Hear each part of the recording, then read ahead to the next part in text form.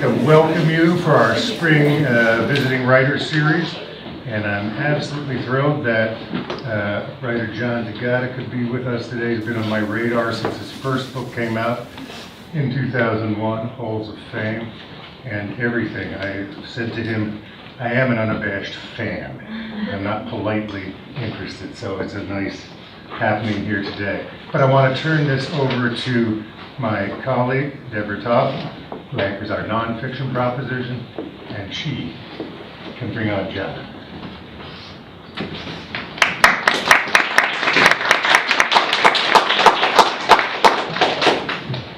Imagine a suburban working couple who, after running their kids from one activity to the next, plop down on the couch to watch the evening news. Images flit by, their half-closed perception, corporate scandals, nuclear meltdown, drug busts, and rapes. Their level of retention is nil. Though the images create anxiety in them, the impact passes once the television is turned off. We are increasingly inundated with images. The news has become symbolic, a simulated reality that has nothing to do with our daily lives. The television itself is a giant pacifier, a glowing lullaby that makes people drowsy before heading off to bed. As a result, television news reporting has lost its efficacy, its political import, its journalistic edge. The average news-receiving American is on autopilot. The number of facts pile up weekly with no foreground or background to contextualize them. Our connections to the myriad events, the happenings in our worlds, dare we call them the facts, get lost in a nonsensical heap. While television and journalism used to bring the world closer to the viewer, our jaded population now uses the same sources of information as distancing mechanisms. We have replaced subscriptions to the New York Times with TV Guide or YouTube. We have become comfortable with the dumbing down of important issues, the metamorphosis of crime into entertainment. The interpretive tunnels through which we receive the world too often give us the thesis-propelled arguments, unambiguous opinions that do nothing but shut down our thought.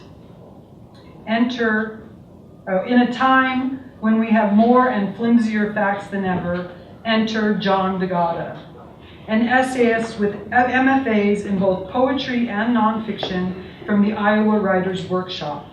His books include Halls of Fame, About a Mountain, The Lifespan of a Fact, and the anthologies The Next American Essay and The Lost Origins of the Essay. A salve in our modern information age, John maps the psycho-geographical terrain of America, terrains of observation, of processes, of chance, of predictability and doubt. He is an essayist who asks, where is the wisdom we have lost in knowledge? Where is the knowledge we have lost in information? An essayist who invites us to have our own opinion. An essayist who causes us to become an active participant. An essayist who makes himself vulnerable by taking layers of self off. Not self-self, but self-thinking. Whether John is writing about modernist dancer Martha Graham, the Flat Earth Society, the beam of light at Las Vegas Luxor Hotel, the outsider artist Henry Darger, or the Yucca Mountain Nuclear Waste Repository, he produces work in which the powers of his intellect are obvious. Even more beautiful, his knowledge of human nature and his imagination.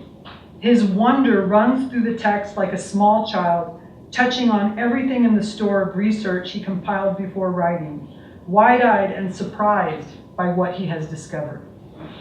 Whether John is present in the text or unpresent in the text, we feel him behind every word. He takes us with him on a journey, and we too go from unawareness to awareness. Laws of compulsion, laws of indeterminacy, laws of motion. His patterns are an attempt to understand. We can imagine him bent over his desk, rifling through stacks of research, notebooks he's used to record the facts. If he still sees something exciting, if he sees an attempt to figure something out, he sets to work, spinning his queries, the myriad events, the nonsensical, factual heap into gold. David Foster Wallace described Halls of Fame, and nothing else recent is the compressence of shit and light that is America so vividly felt and evoked. He called John one of the most significant U.S. writers to emerge in the past few years. John has received fellowships from the Lannan Foundation, the National Endowment for the Arts, the Guggenheim Foundation, and the Howard Foundation. He teaches creative writing at the University of Iowa in Iowa City, Iowa, where he was my esteemed thesis advisor. Please welcome our consummate American essayist, John DeGata.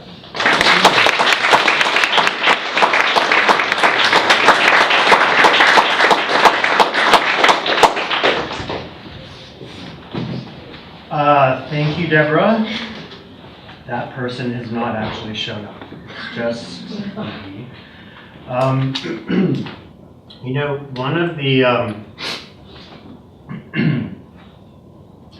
the weird things about getting older, which I'm doing, the people who are older than I am in the room will roll their eyes at this because they think I'm 12, but I am getting older. And one of the strange, although amusing and wonderful things about getting older is that you come to visit Webster University and get to see a former student who's now teaching. That's a little disconcerting. But the other amusing thing about getting older is that you're asked to read stuff that you wrote, but that you wrote so long ago you actually hardly remember having written. And that's the case today. I'm going to read something for my new friend David, who is foolish enough to like it, from my first book that I wrote, I think, about 18 years ago, and the last time I looked at it myself was maybe 15 years ago. And so in preparing for today, I was reminded of a lot of things about myself that I had forgotten. In other words, you know, the things that you write become records of yourself, for yourself, later on in life. I'm just getting that now. And indeed, this essay that I'm going to read for you is a little bizarre, and it's a nice reminder that, you know, I used to be this person. I was the person who thought these things and looked at the world this way, and that was noteworthy for me because I don't think I see the world quite the same way today. So what I'm going to read for you is this, and maybe something else if we have time. It's an essay about a man named Henry Darger, who was an outside artist, or what the art community calls an outside artist. He was a self-taught artist. And some people think he was maybe America's most important self-taught artist or outside artist. He was born at the turn of the century and he died in the early 1970s. And he lived an extremely isolated life and therefore a pretty mysterious life. We don't know a lot about him. He lived alone in a one-room apartment in Chicago. There are theories that he was a pedophile. There are theories that he was a serial killer. All we really know about him is what he left behind in writing and in paintings. And he became a self-taught artist or an outside artist because his big obsession was a novel of many, many thousands of pages that at one point he decided needed to be illustrated. He had no training in art, and in fact he had very little of an education. And so he did what I'm not sure it's what every beginning artist does, but it's what is practical. He just started stealing images that he felt could fit into the story he wanted to tell. He would cut images out of newspapers and magazines and comic books, and he would arrange them on pages to get the figures that he had cut out of these magazines from other contexts to do the things he wanted them to do, like Lego figures or dolls or something, in his new paintings. And so what's marvelous about his work is that he took very popular images, the images that were around him at the time, so images of like Campbell Soup kids, and he would take them out of their context, whatever the context of a Campbell Soup kid is, and put them in his context, which was the context of his novel, which was a novel about war. And it was a novel about, in particular, a war between children and adults, and a novel in which children are torn apart often by adults. It's a really, really vicious, gruesome novel, and so it's weird to see these images from our childhoods placed in a different context that's very disturbing. And then as he grew as an artist, he started doing things like tracing those images and manipulating the images, adding gestures or placing things in their hands like guns or whatever. And grew as an artist in that way, teaching himself how to make his own art and how, therefore, to paint landscapes around these figures. And so many people look at art, but also almost to the idea of just how art is made, how art evolves, because within him we can see the evolution of the making of art. We can see the evolution of how something is created. He relied heavily on collage, on taking those images from elsewhere and putting them in a new context. And so the essay that I tried to write is an essay that replicates that idea of collage. It itself borrows from other places and rearranges them and excuse me, tries to piece together a kind of quilt of impressions about Henry's life and about Henry's art. And so it might be a little bit challenging to follow, and I think that is an okay thing. Don't feel alarmed if you lose track of the narrative, because I wrote it, and I can tell you there's not a narrative here. There's really not. The story is basically the story I just told you. The rest of it are some impressions I have of Henry. So this essay is called Collage History of Art by Henry Darger. Here's what I know. Born Henry Joseph Darger on April 12, 1892, his father is a tailor, his mother a housewife, and together they lived in a small house at 350 24th Street in Chicago. He is the only child.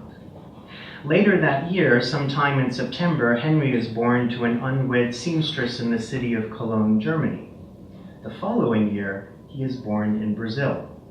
Henry's given South American name is Dargurius. In 1896, due to complications during labor, Henry's mother and infant sister both die at the Alexian Brothers Hospital in Chicago. The infant is immediately given up for adoption. She comes home in a basket, enjoys piano and dance. Henry himself is sent to an orphanage. He is sent to an asylum. He experiences a period of unrecorded years from 1896 to 1900. The Lincoln Asylum for Feeble-Minded Children during this time houses the nation's, quote, most violently deformed and retarded patients under the age of 17, according to a 1901 House Committee report on children. The number of beds for 1,562 kids, 900. Henry is there because his father is dead, because his father is tired, because Henry was caught setting a warehouse fire in which several $100s worth of prized rabbits were killed. Why is Henry there? Quote, "Little Henry's heart is not in the right place," according to patient evaluation in 1905. In 1906, it's because of masturbation. Henry runs away in 1908. Number of attempts preceding his escape, 8. Employer number 1, the Alexian Brothers Hospital. Education, none. Apparent source of Henry's encyclopedic knowledge of the American Civil War as displayed to his co-workers in the hospital gray wards. Henry begins writing. In 1911, the story known to you as The Realms of the Unreal. Its full title, The Story of the Vivian Girls, in what is known as the Realms of the Unreal of the Glandeco-Angelinian war storm as caused by the child slave rebellion. Its plot, good versus evil.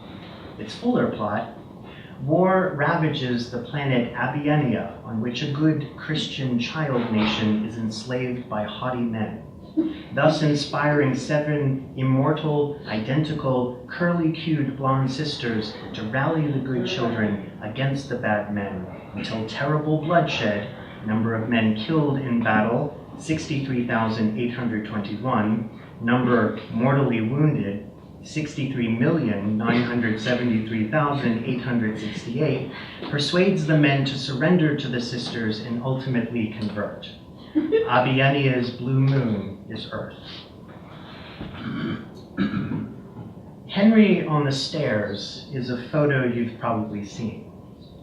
It depicts the artist as a lonely, scary old man, unshaven, unwashed, unaware of us as we stand and stare. He's been somewhere, excuse me. He's been somewhere so sad for so long that his eyes, God help him, cannot look up. But earlier than this, in 1910, Henry makes a photograph at the Midway with a friend. He and the boy each pay 11 cents, then climb up a platform before a makeshift set. The object of the photograph, according to the backdrop, is for the young men to pretend that they are at a ball. The huge scrim sinks behind them toward a party. Above their 2 heads, a chandelier is abloom.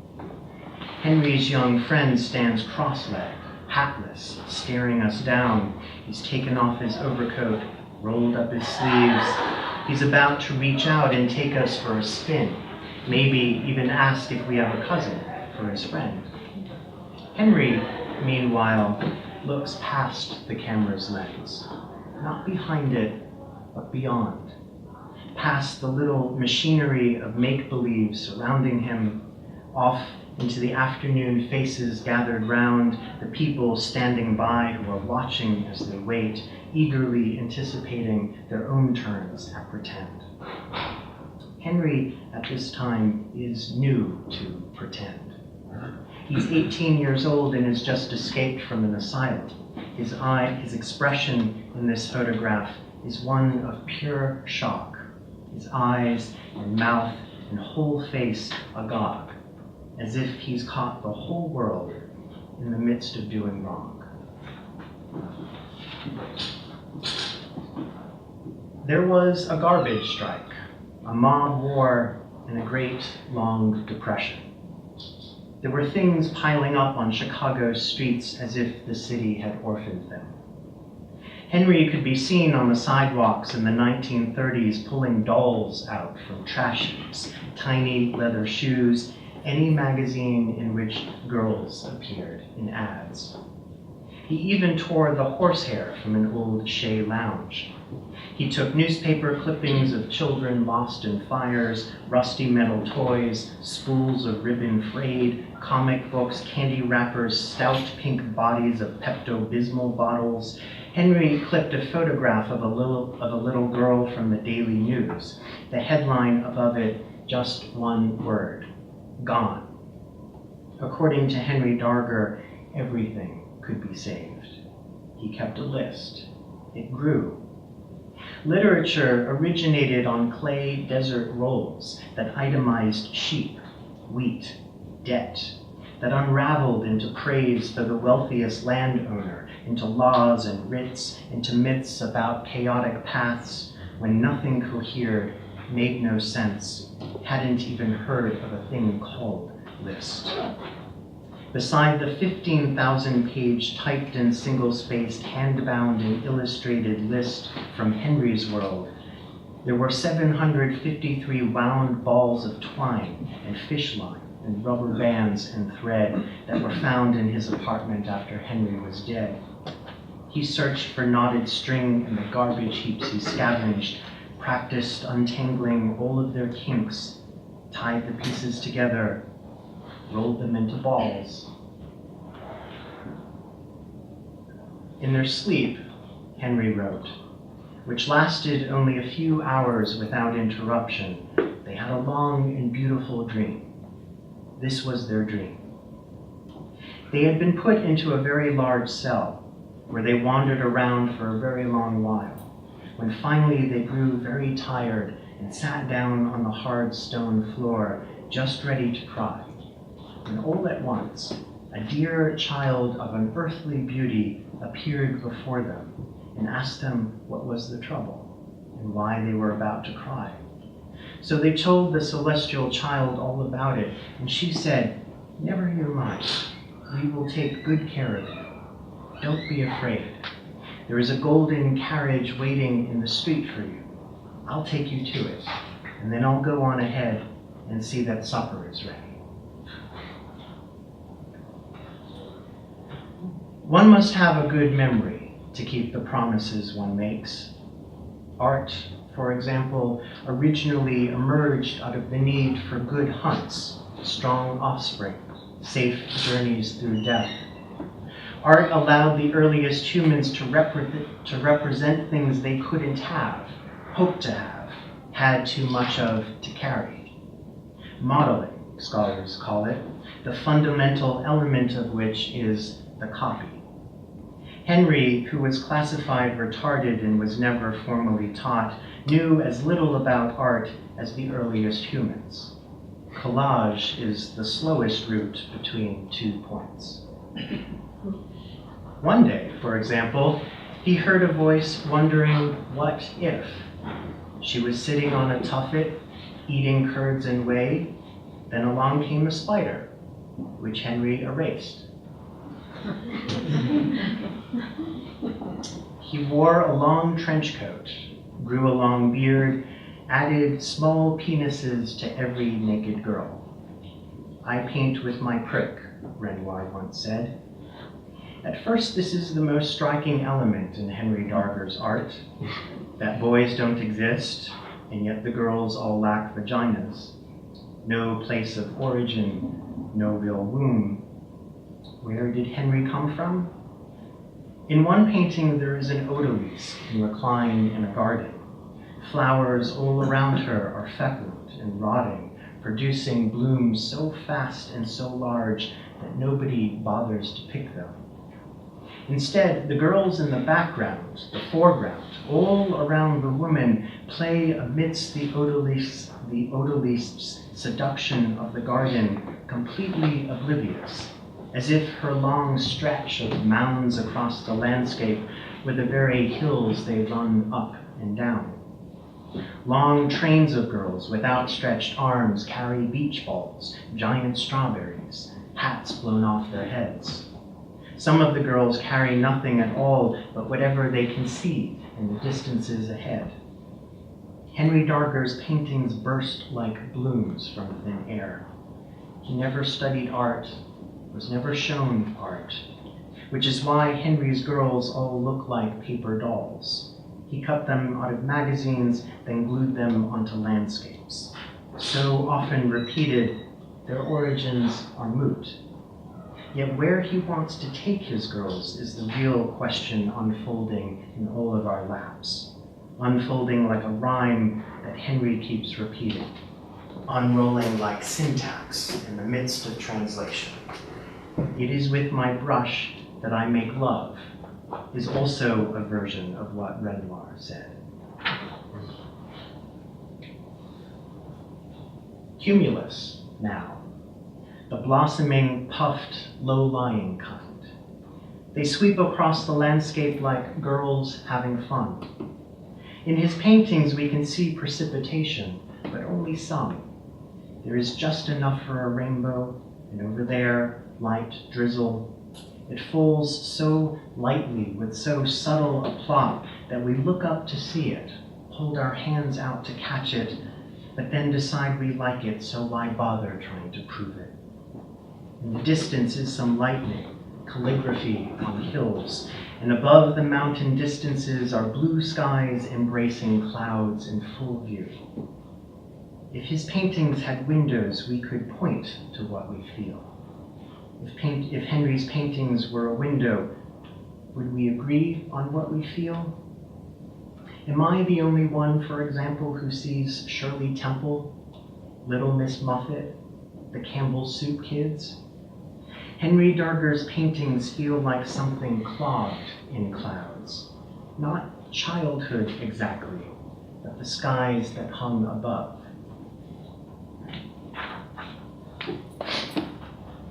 When you're all alone, everything belongs to you. All the good and bad, every yes and no, whether to kill that little girl or not. It was sometime in his late 20s, Henry tells us in his journal, when he lost the newspaper clipping of the girl from the Daily News. He prayed to God to return it, but God never did. Soon, war hung down around him from the towering piles of garbage that he had rescued from the streets. He hung his head over his notebook on the table and roared down at the girls who were playing in his trees. In some of his paintings, notice running, the black clouds hovering, purple shade down, yellow cracks severing the nano strip of sky. An angled craze of fleeing girls is set against a phalanx of, marching. One soldier reaches and grabs an orphan by the throat. Her green eyes wobble and then they bulge. One soldier spears an orphan in the spine. Her eyes pop out, replaced by an X. Eviscerations are happening at the feet of hills and trees, of Henry, of God. The Coppertone baby has been left for dead. The Campbell Soup Kids are all running in a pack. Little Miss Muffet is crying, naked, scared. As the children try to scatter, the sky presses down and the whole picture frame likewise spreads.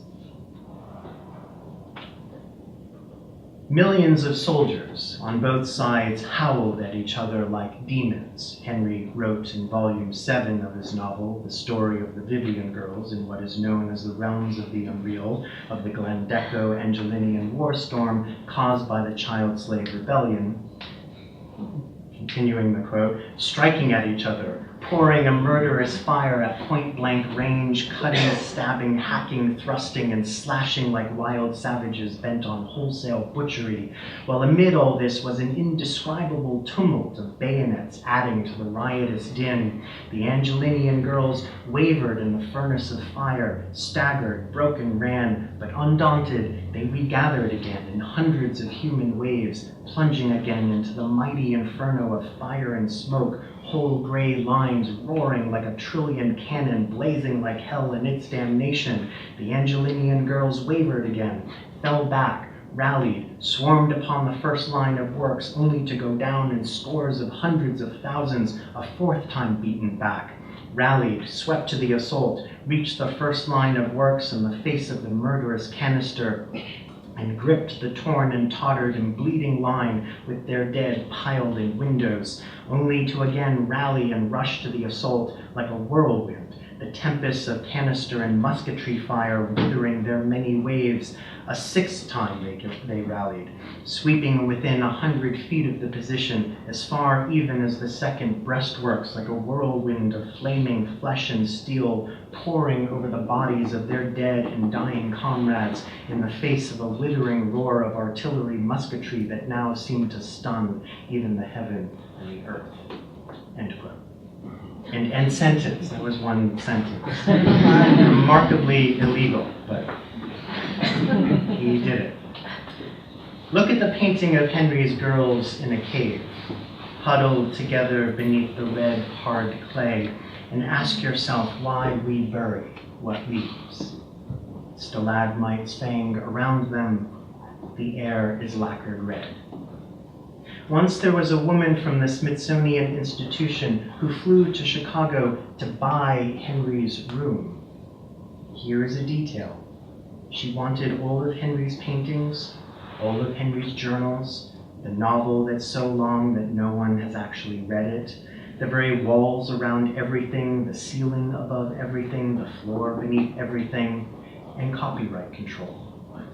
She wanted her sound crew to fly up to Chicago, record several hundred hours of interviews with Henry's neighbors, and then loop their voices through his reconstructed room so museum goers in Washington could walk through Henry's life.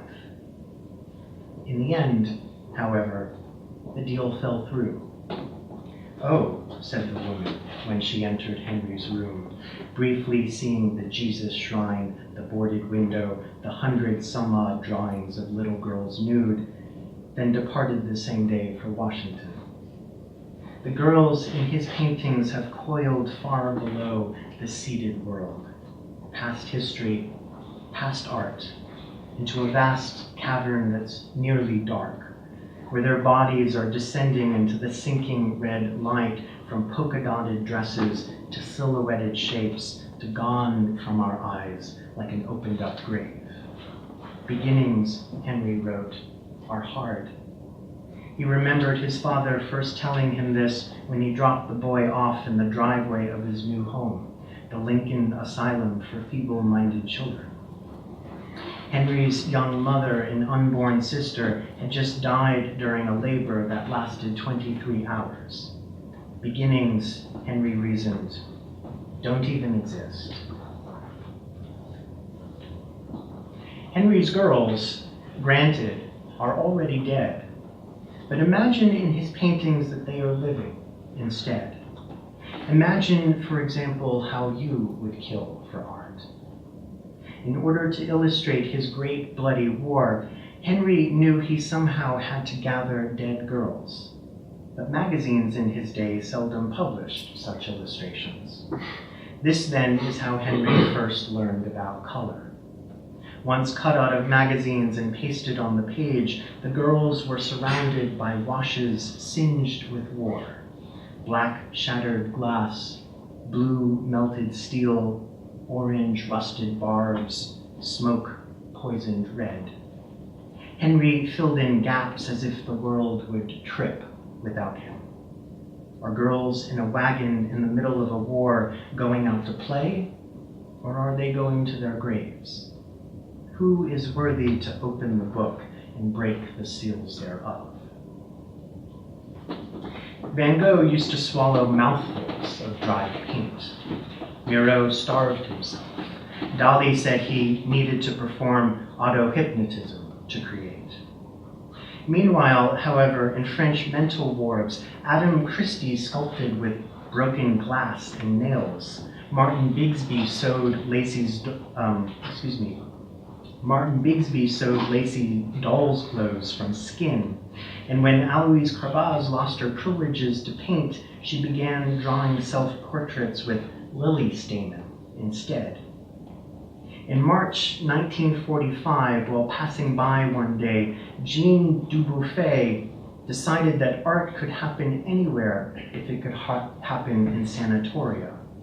Art, he wrote, could be spontaneous, unprocessed, full-blown brute, and yet still recognizably artful if only we would look. He began to search for it in mental hospitals, prison yards, and soup kitchen lines, and by 1948, over 5,000 works by 200 artists were gathered in an exhibition he called the Exhibition of Rough Art. According to Freud's theory of recapitulation, the development of psychosis in an individual's brain follows the evolution of the whole human race. God blew, Picasso said at the exhibition's opening, and we were scattered. Now let's play a game.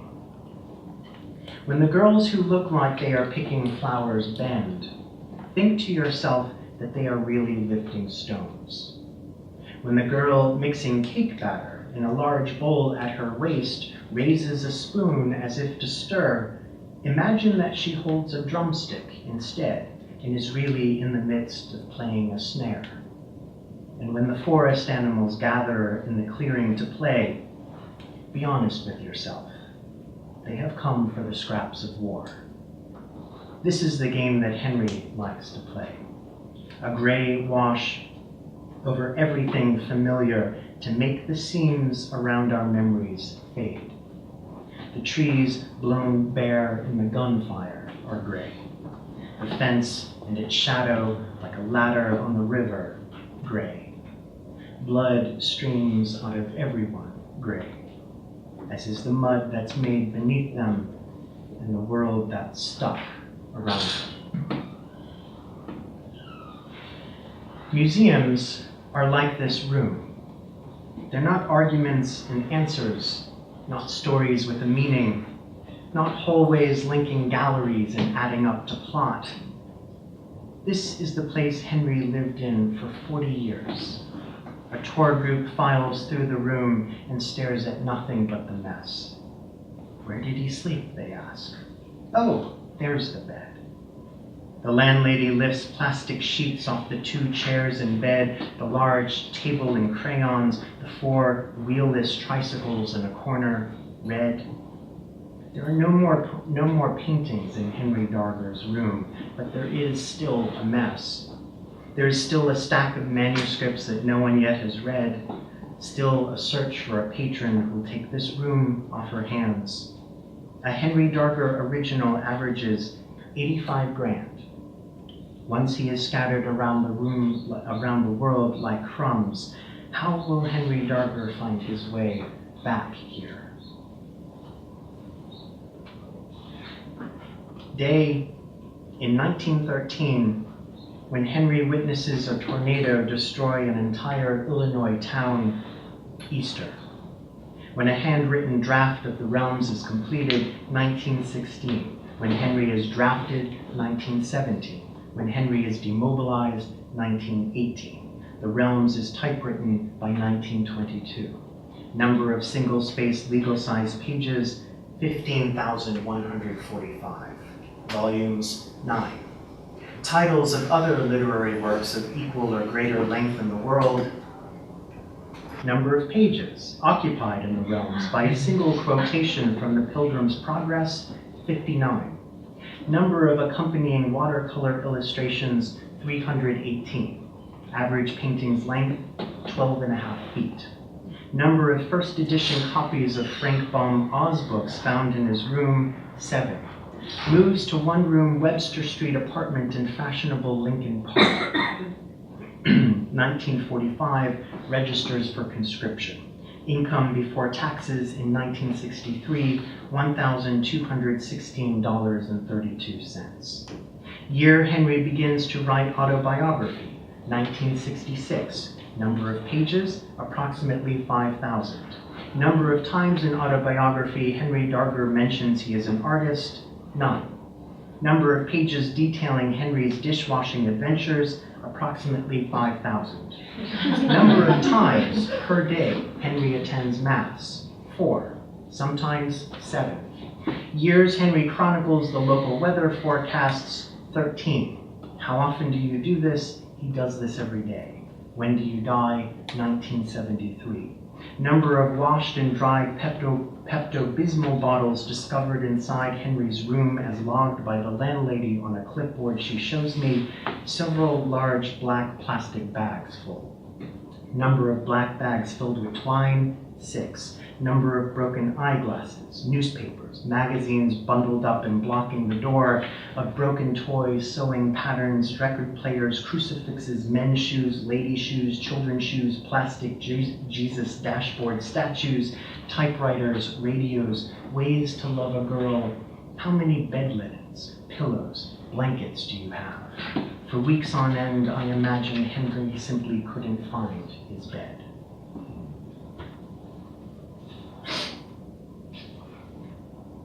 I'm sorry if I misled you into thinking this would be fun, that a paragraph could stand in for Henry Darger's room, that this essay could be a gallery you could walk through on your own, that you could get to know Henry on a Sunday afternoon. What I meant to say is that Henry never had any guests. I didn't mean to say apartment, but maybe stanza instead.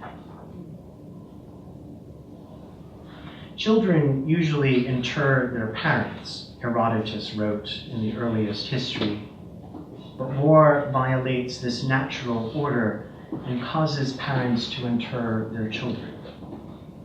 He is sitting there at his table with 12 feet of paved black crayon covering his hands, trying to recall his father's face in their night-pitched kitchen after candles ran out, before the war worries of money crept up between them both, before poor little Henry got buried in the past. Henry was never taught about history in school, and so he never learned this word that's wrapped around him, interred. He looks over at the bed where the first 5 volumes of his own war lie bound. Does every life have a story? Why am I alone? He picks up volume 1, 11 feet of paintings bound tightly together by glue and wire and cardboard and thread, and can't remember for the life of him how this all began, nor why he even bothered, nor what should happen next. Kneeling on the floor, he lifts with both hands the front cover up. Midway open, the book scrapes plaster and photographs and crosses off the wall. Then it jams against the ceiling because his room is too small. That which is grows. That which is not becomes. If Henry had been diagnosed with schizophrenia in his lifetime, he most likely would have encountered Dr. Walter A. Freeman, the best-known American psychosurgeon of the day and pioneer of the ingenious ice pick lobotomy.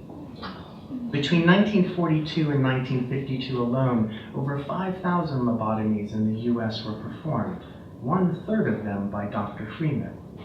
Quote, much less intrusive than conventional surgery with a drill, Dr. Freeman once explained to Time magazine. My technique with an ice pick enters the brain subtly by way of the eye socket. Already, Time reported in 1945, scores of patients have been saved by Dr. Freeman's technique. But Henry, in his paintings, depicts giant winged dragons called blengans saving girls. Henry has known about blengans all his life. They are ferocious creatures, but they love little girls, and their sequined long tails hold a secret at the tip. When pierced by one in the breast, a child becomes immortal. Henry wrapped a girl in pink butcher's paper. He carried her outside, around the corner, and into the local drugstore. On the counter of the photo lab, he unwrapped the little girl and asked the clerk to reproduce the drawing in 5 larger sizes and 5 smaller ones. Henry has realized, finally, that he can trace instead of cut. It is late in his life. He has hundreds of samples of girls in his collection. He knows that he will never be in search of friends again. From that moment on, any girl whom Henry peels off his wall will be exactly the right girl for the space he needs to fill.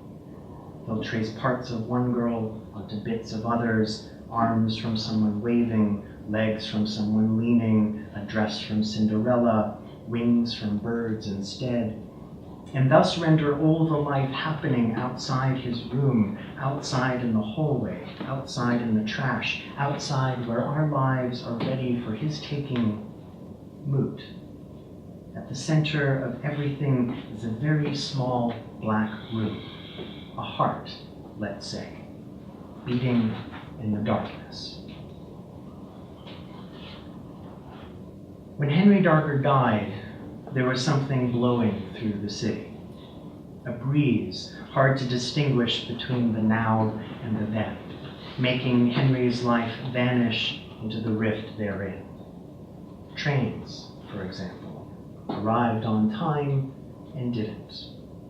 Trees continued shading Chicago as they grew. The little girls on Henry's walls traded dolls, dated jocks, raised children, peddled Avon, posed off and on for advertising photos, felt tired under the lights, blue bangs from their eyes. Upon Henry's death, no word blew through the city. No letters from pen pals were left behind when Henry died. No family heirlooms were discovered in Henry's room when he died. No neighbors held gatherings on their front stoops to share in memoriam anecdotes of Henry's 40 years on their hill. No one even knew that Henry lived on their hill. No obituary was written, no wake was sat through, no grave, no history, no life. What to do? There is no history, Emerson once said, only biography. In the absence of information, then, maybe biographers need to fill their own lives sometimes into history's gaps, as if their own pasts could illustrate another's private world. A collage, Henry wrote, is about collecting trash, not dumping it. A biographer may feel the urge to cut from his life divorce, paste it into the essay, mean by that the war. He may sprinkle in some casualties, stand back, wait. I spend a layover in Chicago in Henry's small room. At noon, his landlady brings a white crusty sandwich and a red bowl of soup. She asks how much longer I think I will be. I like the privacy of Henry's room, with its foil-shaded window and black-painted ceiling and the eyes of his audience X'd out with pencil. I like anything leadened. I like its paragraphs stacked, quotes amassed, blocks of prose boarding up the windows of his world. I'd like to stay a few more hours if that's all right, I say. She thinks I'm a reporter. How meticulous she'll be. Excuse me. How thorough, she says. By the time dusk starts dropping, I've filled a small notebook, read through a few journals, skimmed 2 volumes of the novel, know exactly what to write. It will be about Henry's wall of girls, about all their eyes, the little windows Henry boarded before leaving our world for theirs. Evening falls, and there are no lamps to see by. I stand and gather my pack of notes, zip up my coat, lift my bag onto my back. Cars in the alley flip their headlights on. They come into the room through 2 tears in the foil, driving up the ceiling, down the wall of girls. One pair of eyes is caught briefly in the headlights. She winks, or blinks, or maybe I'm dreaming. But then another pair shines as a car sweeps by, then more open, more shut. The opposite wall is alive. I look closer. It's the lead. I stand back. It reflects. They're waking up. They're alive. The girls are waiting for Henry. Collage is made up of the pieces in the box that are left after following old directions very carefully. It is also in the accident on Interstate 89, in the shopping mall, in the family room, in the battlefield, in the stew, in the library, in the ruins, in the championship fight, in the rough draft, the rough cut, the rough-hewn night, in vaudeville, newspapers, attics, trains, the internet, entropy, rap song sampling. Collage occurred in the wonder cabinets preceding old museums. It happened when scrolls of aphorisms unraveled into essay, when Henry walked past garbage and felt a jolt to create. Surely the heart must break before it can begin to feel. Thank you very much.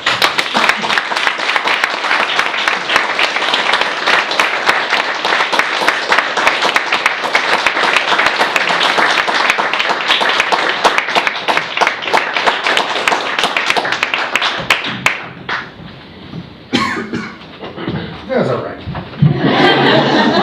Thank you so much for being here today, and thank you guys for being here today. There's invariably some cracker outside that awaits you, and a nice day. Thanks again for coming. Books are for sale here, including where he read from the two anthologies that Deborah Toppa mentioned, Where the Essay Has Been, as to God it takes a look at what was lost as an essay, and Where It's Going. Wonderful books too. Thank you.